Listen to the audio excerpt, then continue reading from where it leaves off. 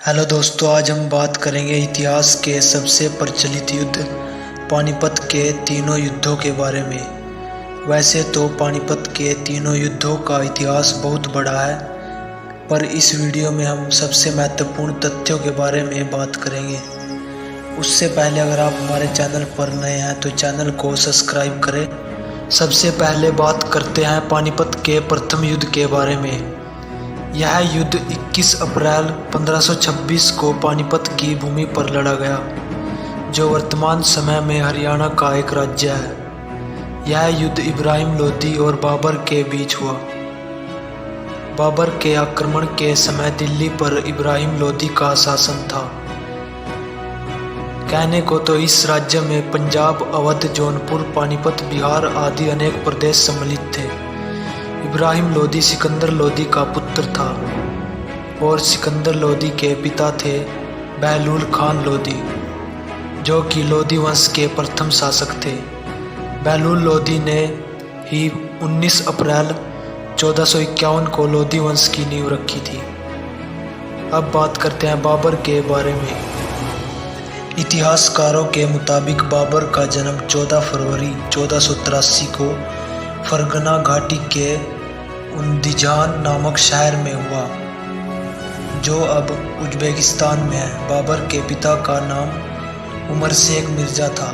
इनके पिता की मृत्यु के बाद बाबर 8 जून 1494 ईस्वी में फरगना की गद्दी पर बैठा।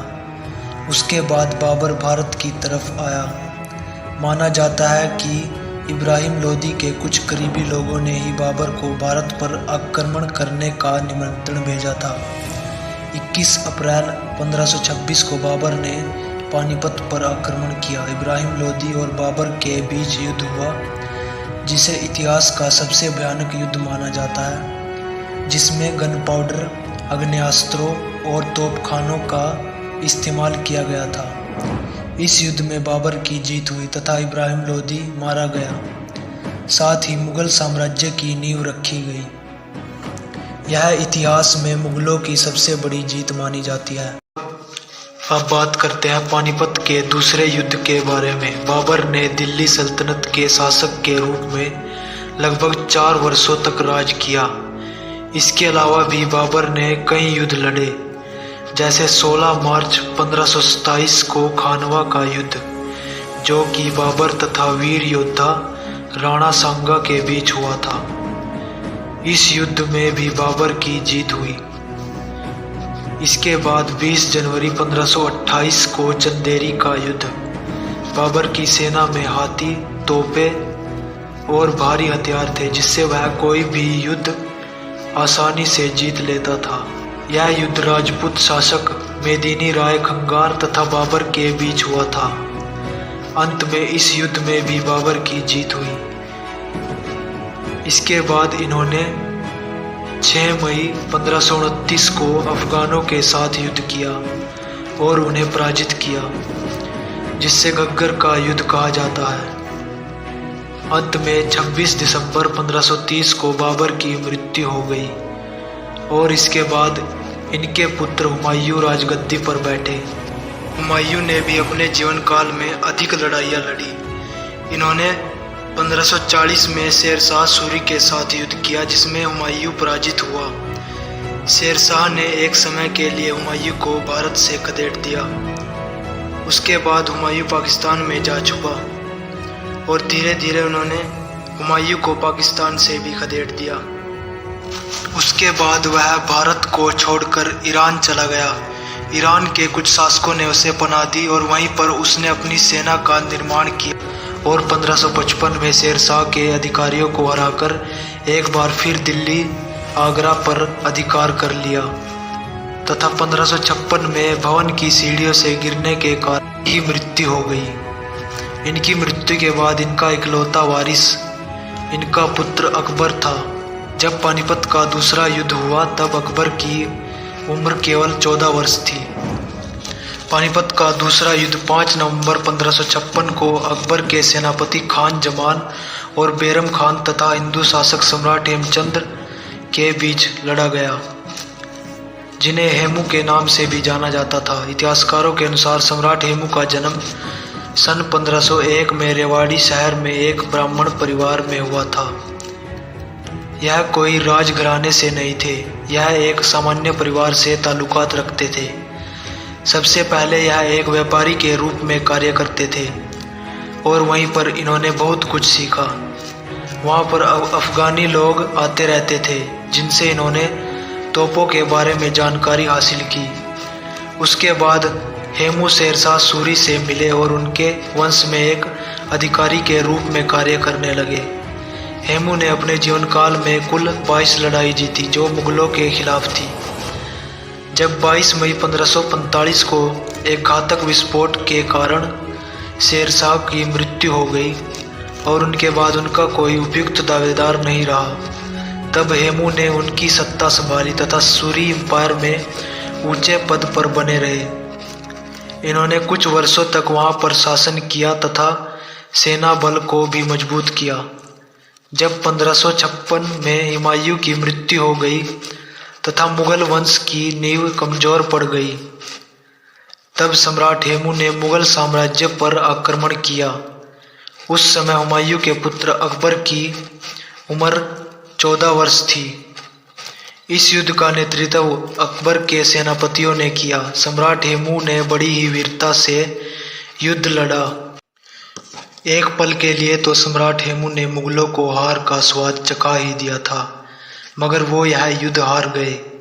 वो यह युद्ध कैसे हारे, इसका एक मुख्य कारण है। किसी सैनिक द्वारा उन्हें एक तीर जा लगा। उस तीर ने उन्हें बहुत ज़्यादा घायल कर दिया और उसी समय वह वीरगति को प्राप्त हो गए। इसी कारण विजय उनके हाथों से निकल गई तथा मुगल एक और युद्ध जीत गए। मगर इतिहास में सम्राट हेमू का नाम एक वीर योद्धा के रूप में लिया जाता है। अब बात करते हैं पानीपत के तीसरे युद्ध के बारे में। यह युद्ध 1761 में मराठाओं के सेनापति सदाशिवराव भाऊ पेशवा तथा अहमद शाह अब्दाली के बीच हुआ।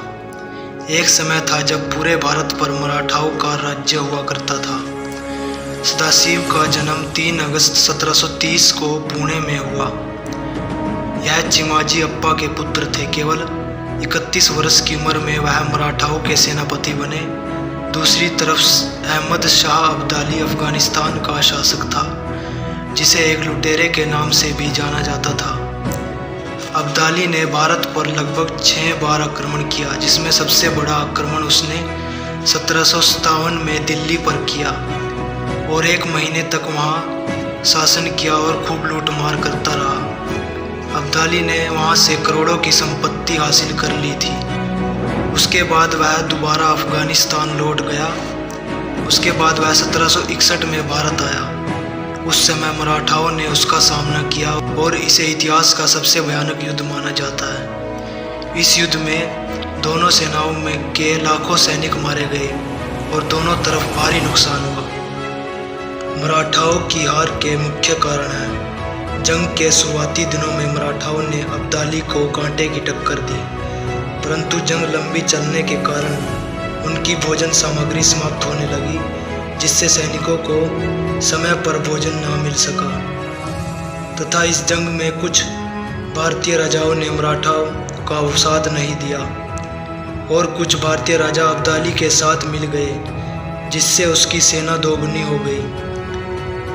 इस कारण मराठा यह युद्ध हार गए। जब अहमद शाह अब्दाली ने अपनी सेना में हुए नुकसान का मुआवजा किया तो वह बहुत ही हैरान हो गया। उसने सोचा था कि वह यह युद्ध आसानी से जीत लेगा, लेकिन बाद में वह मराठाओं की दिलेरी से हैरान रहा। जब मराठाओं की हार की खबर पुणे में बालाजी बाजीराव के पास पहुंची तो उनके गुस्से का ठिकाना न रहा और वह बहुत बड़ी सेना लेकर पानीपत की ओर चल पड़े। जब यह खबर अब्दाली को पता चली तो उसने वापस लौटने का फैसला किया, क्योंकि उनकी सेना में बहुत अधिक नुकसान हो चुका था और उन्होंने 10 फरवरी 1761 को पेशवा को एक पत्र लिखा कि मैं जंग जीत गया हूँ, लेकिन दिल्ली की गद्दी नहीं लूँगा, आप ही दिल्ली पर राज करें। मैं वापस जा रहा हूँ। बालाजी बाजीराव ने पत्र पढ़ा और वापस पुणे लौट गए। इसके बाद अहमद शाह अब्दाली भी वापस लौट गया। तो दोस्तों, कैसी लगी आपको हमारी जानकारी? अगर वीडियो अच्छी लगी हो तो वीडियो को लाइक करें और चैनल को सब्सक्राइब करें।